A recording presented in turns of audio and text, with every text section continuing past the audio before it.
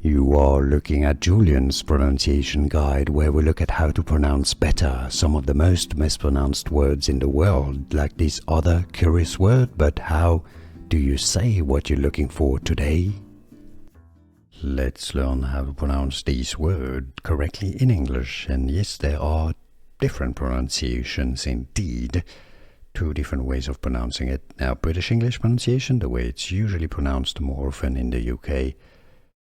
Testator. Testator with a stress on the second syllable.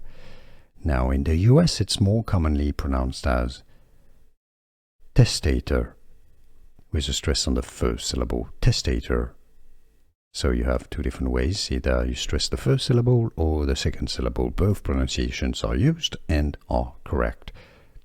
Testator or testator.